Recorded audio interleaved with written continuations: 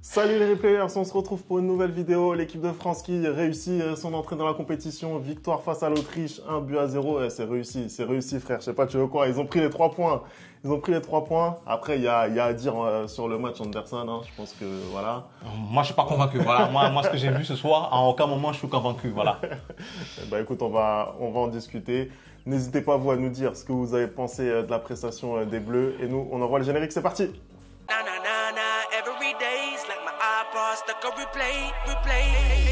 Allez Anderson, on va commencer ce débrief.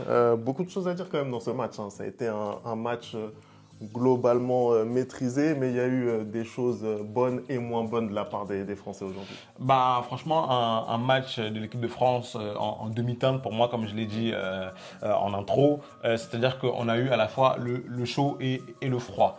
En première mi-temps, on a une équipe de France qui est très bonne, hein, qui est en place, qui joue son jeu, qui a le ballon. On a été un peu surpris par les joueurs de Didier Deschamps, hein, c'est-à-dire que on a Saliba déjà à la place de Konaté. Je l'avais annoncé. Tu l'avais annoncé. C'est vrai que Femi l'avait annoncé. Et finalement, la titularisation aussi de Adrien Rabiot qui avait joué aucun match amical. Voilà, allez.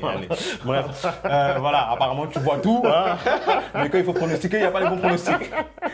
Et finalement, du coup, Kylian Mbappé est un peu entre une position à gauche et une position au centre. On a eu une très très bonne première mi-temps de la part de Rabiot et Kanté. Hein, franchement, j'ai envie de souligner ces deux joueurs-là. Et aussi Théo Hernandez. Vraiment, pour moi, c'est les trois qui ce soir vraiment émergent dans cette équipe de France-là. Donc l'équipe de France en première mi-temps qui a fait le taf, hein, qui logiquement se retrouve à 1-0, hein, même si on a ce but contre son camp de la part des Autrichiens.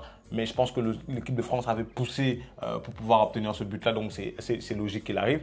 Par contre, en deuxième mi-temps, ce qu'ils nous ont montré, c'est ça qui m'inquiète, moi, Femi. Voilà, c'est ce qui m'inquiète par rapport à tout ce match-là. Écoute, si on remet un petit peu dans le contexte, c'est une entrée dans la compétition. On sait que c'est très compliqué et d'autant plus pour l'équipe de France. On a vu dernièrement là, les entrées en liste des Français, que ce soit en Coupe du Monde 2018, en Coupe du Monde 2022.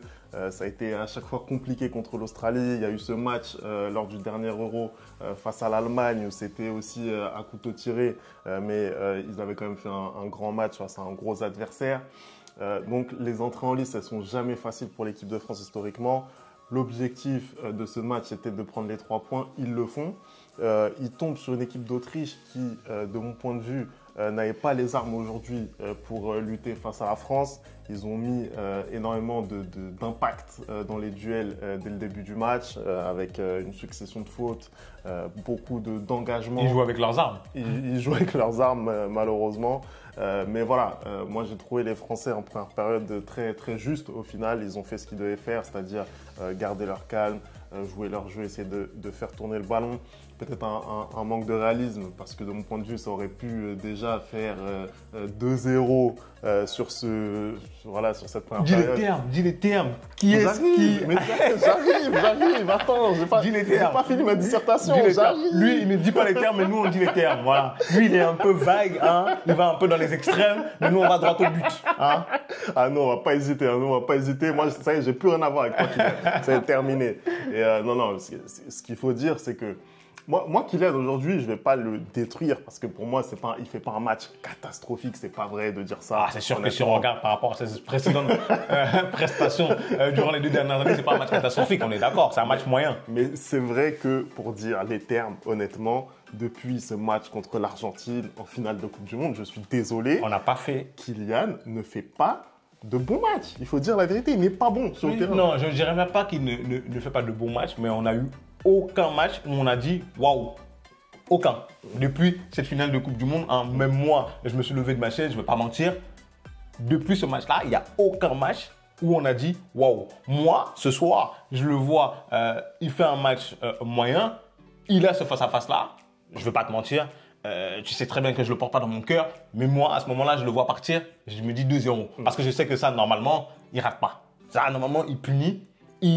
Non seulement il lève la tête 2 fois, il a le temps d'ajuster le gardien, les cages sont grands ouverts parce qu'on n'est pas non plus devant un Courtois qui te bloque l'angle de vue ou un Neuer qui bouge partout et tu peux être perturbé. Là, il n'y a absolument rien qui le perturbe et il tire à droite. il tire à droite. C'est vrai que, il tire à droite. À ce niveau, parce qu'il faut toujours recontextualiser. On parle de Kylian Mbappé, potentiel ballon d'or, Kylian Mbappé, meilleur joueur du monde, soi-disant. Donc c'est toujours à l'orée de, de ce statut-là qu'on analyse ses performances. C'était obligé de constater, encore une fois, que c'est en deçà des attentes pour Kylian. Surtout que d'après lui, hein, il n'est pas perturbé. Hein. Quand on regarde ses dernières performances, est-ce qu'il a l'air d'un gars perturbé? Non. mais bon, en tout cas, voilà, c'est un match moyen de Kylian. Il aurait clairement pu faire mieux. Après, voilà, il y avait quand même des bonnes choses dans le jeu, j'ai trouvé, notamment sa complémentarité avec un Théo Hernandez, t'en as parlé, qui lui a fait un très très bon match. Si on revient un petit peu sur les individualités, hein, tu as parlé des choix de Deschamps tout à l'heure, notamment ce choix de titulariser William Saliba en défense centrale. T'en as pensé quoi, toi, Anderson? Pour moi, des deux défenseurs, c'était le meilleur. Tout simplement. J'ai trouvé qu'il était juste. J'ai trouvé qu'à chaque fois qu'il fallait mettre cet impact physique-là, il était là. Je pense qu'il a gagné pratiquement tous ses duels. Bon repli défensif à chaque fois. Très bon aussi dans la relance. Il m'a surpris. Il m'a surpris dans le sens où je ne suis pas habitué à le voir faire ce genre de prestations en équipe de France. Hein, bien évidemment, comme on l'a dit, en Angleterre, on l'a vu cette saison, il a été impérial. Hein, et comme il a dit lui-même, il estime qu'il était parmi les meilleurs défenseurs du championnat anglais cette saison et il a tout à fait raison. Maintenant, ce soir, il nous a livré vraiment un gros match, une grande masterclass. Et des deux vraiment défenseurs centraux, pour moi, c'était lui qui était le plus à l'aise. Globalement, la charnière, elle a donné satisfaction. Hein. Upamecano, il fait pas un mauvais match, il est dans le ton. Mais pour revenir sur Saliba, effectivement, je suis d'accord avec tout ce que tu as dit. Et c'est vrai que voilà, j'avais un petit peu pressenti sa titularisation parce que Deschamps, il donne pas sa chance par hasard, tu vois. S'il te donne sa chance, vaut mieux pour toi que tu la saisisses. Et là, c'est ce qui s'est passé. Donc pour moi, je pense qu'il a gagné son ticket pour la suite de la compétition. Après, à voir face à une opposition un peu plus sérieuse. C'est ce qui arrive au prochain match, on va en parler. Mais effectivement, très bon match de Saliba. On peut parler également de Marcus Thuram parce que ça aussi, ça fait partie des cas qui font encore un petit peu débat. Anderson, je te lance dessus. C'est quoi pour toi ton regard là-dessus? Moi, j'ai envie de dire, j'ai un ami à moi, un très très bon ami à moi qui a posé une question. Quelles sont les qualités de Marcus Thuram? Et à part dire c'est le fils de Lilian, j'ai pas trouvé.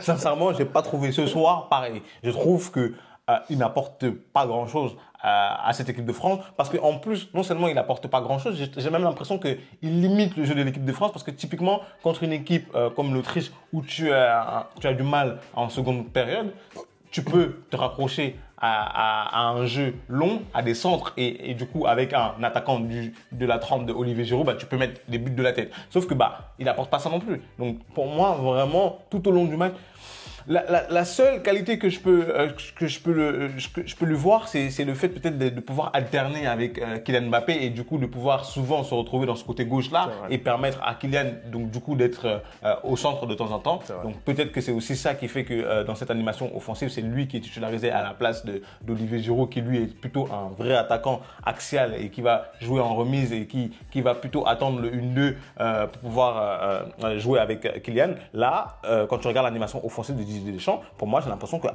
part vraiment le fait de pouvoir partir du côté gauche et d'avoir un peu de vitesse et du coup de pouvoir interchanger son poste avec Kylian Mbappé, je ne vois pas c'est quoi ses qualités parce que le nombre d'occasions ratées, le nombre d'appels ratés, le nombre de mauvais choix qu'il fait ce soir, c'est grave en fait. Moi, j'étais encore plus inquiet parce qu'en première mi-temps, j'ai l'impression de ne pas l'avoir vu en fait, tout simplement. Je ne l'ai pas vu. Il y a eu du mieux en deuxième mi-temps, dans la présence, on l'a un petit peu plus vu. Mais pareil, les choix, ils sont pas bons. Le gars, il te fait des passements de jambes, on dirait tu sais qui, vas-y, on va pas citer de nom ici.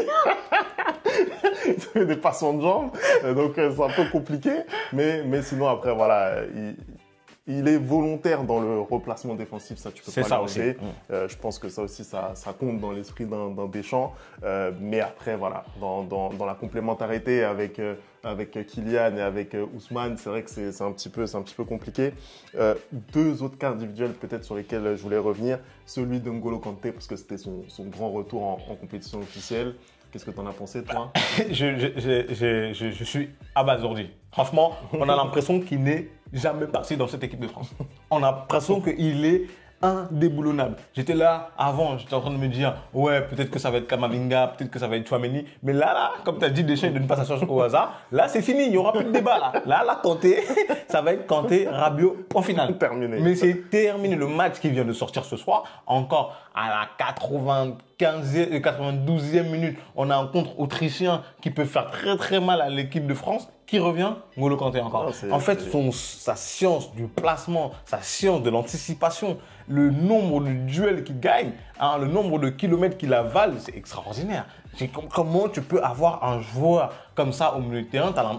Tu es serein en fait quand tu es entraîneur. Je comprends mieux pourquoi il y a beaucoup de joueurs qui disent ouais, quand on l'a dans notre équipe en entraînement, on sait qu'on va gagner. Mais c'est incroyable ce qu'il a sorti ce soir. Et en plus, quand tu l'associes avec un Adrien Rabiot qui est aussi bon qu'il a été ce soir, bah, ta charnière, ton milieu de terrain, il est incroyable, tout simplement. Non, franchement, masterclass de N'Golo Kanté, pour moi, c'était le meilleur Français ce soir, clairement. Non, c'est dingue ce qu'il a fait. Et je pense que N'Golo Kanté, il est vraiment sous-coté dans sa dimension technique. Je trouve qu'avec le ballon, c'est vraiment un top player. C'est vraiment un top player.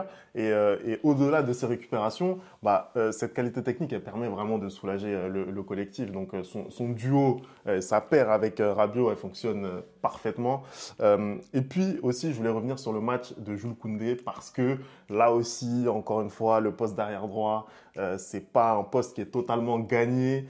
Toi, tu as pensé quoi de sa presta? Moi, personnellement, je l'ai trouvé assez bon en fait au final. Il a vraiment, pour moi, là aussi, pas loin d'avoir éteint le débat, sincèrement, parce que défensivement, il apporte les garanties. Offensivement, on sent qu'il a quand même plus d'atomes crochus avec Dembélé que les autres concurrents à son poste. Donc pour moi, c'est une bonne copie de la part de Koundé. Je suis assez d'accord avec ce que tu viens de dire. Hein. Franchement, généralement, on oublie que les arrières, leur principal taf, c'est de bien défendre. Et il a très très bien fait ce soir. Hein. Défensivement, il a fait son taf. Il a fait ce que Didier Deschamps lui demandait. Maintenant, offensivement, c'est vrai que son apport est un peu minime. Il gagnerait plus à justement dédoubler, prendre la profondeur quand Ousmane a le ballon pour lui offrir des solutions et aussi mieux centré, mais encore une fois de plus, je ne pense pas que ce soit le jeu de l'équipe de France quand il n'y a pas Giroud de balancer des centres à tout va. Mais non, sinon dans la prestation globale qu'il a fait, moi j'ai trouvé que c'était assez solide. On va parler rapidement quand même de l'Autriche parce qu'ils ont pas livré la prestation qu'on attendait. Moi je les ai trouvés très très faibles. Pourtant, offensivement, il y a quand même du matériel. Tu dois pouvoir faire mieux de mon point de vue, hein, avec Sabitzer bien sûr de Dortmund, Laimer du Bayern, Baumgartner de Leipzig. Tu peux faire mieux. Toi, t'en as pensé quoi? J'ai trouvé qu'ils ont très très mal négocié leur contre. C'est-à-dire qu'on s'attendait à ce que l'équipe de France domine, on s'attendait à ce que l'équipe de France ait le ballon et que du coup, quand tu es une équipe comme l'Autriche, tu vas subir. Mais normalement, dois être prête pour pouvoir contrer et très bien contrer. Et j'ai trouvé qu'à chaque fois qu'ils avaient le ballon, que ce soit en première mi-temps, en deuxième mi-temps, début de deuxième mi-temps, ils ont été largement meilleurs quand même. Ils ont eu un peu plus le ballon. D'ailleurs, quand on regarde les statistiques sur l'ensemble du match, je pense que c'est eux qui ont eu le plus le ballon. En deuxième mi-temps, dans les 15 premières minutes de la deuxième mi-temps, j'ai trouvé qu'ils avaient mieux exploité ce ballon-là que dans le reste du match parce qu'il y avait moyen de faire mal à cette équipe de France. Je suis désolé, il y avait moyen en négociant très très bien les contres de faire mieux. J'ai trouvé qu'ils ont mis beaucoup trop d'impact physique et pas assez de technique dans ce match-là. Hein. Malheureusement, ça paye cash contre l'équipe de France. Et j'ai trouvé aussi énormément d'erreurs techniques, c'est-à-dire que dans les relances, ça donnait le ballon à l'équipe de France gratuitement, ça faisait des transversales pour je ne sais qui. Hein. Elle m'a déçu cette équipe, je pensais qu'elle allait avoir, je crois qu'elle est restée sur une série de 14 matchs sans défaite, un truc comme ça.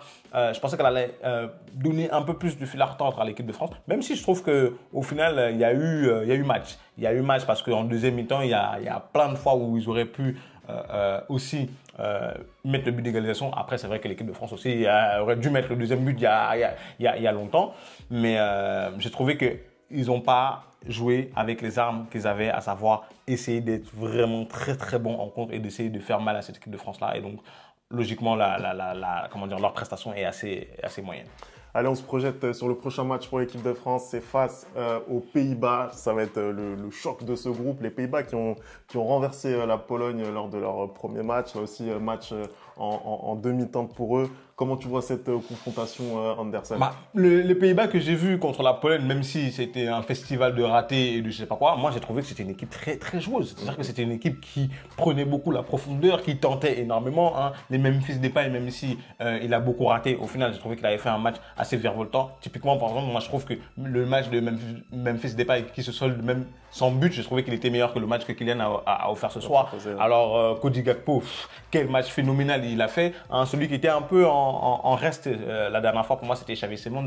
J'espère qu'il va pas sortir le match de sa vie contre l'équipe de France. Mais du coup, en ayant vu la France jouer, en ayant vu les Pays-Bas jouer, ça va être un match vraiment incroyable parce que je pense que tout ce que l'Autriche n'avait pas pour pouvoir mettre en danger cette équipe de France, les Pays-Bas, eux, l'ont. Et ils peuvent faire très, très mal en contre à cette équipe de France-là. Et on va voir maintenant, du coup, est-ce que les défenseurs et le milieu de terrain de l'équipe de France est vraiment, vraiment prêt. Voilà. On va voir ça. Hein. En tout cas, vous, dites-nous ce que vous avez pensé de ce match de l'équipe de France. Merci d'avoir regardé cette vidéo. N'oublie pas les bonnes habitudes, @lereplayfoot. Dites-nous également ce que vous avez pensé des prestats individuels. Là, on veut savoir. Dembélé, surtout. Dembélé. Dites-nous ce que vous avez pensé du match de Ousmane Dembélé, un terroriste. Le pauvre. Et puis nous, on se retrouve très très vite pour une nouvelle vidéo. Ciao!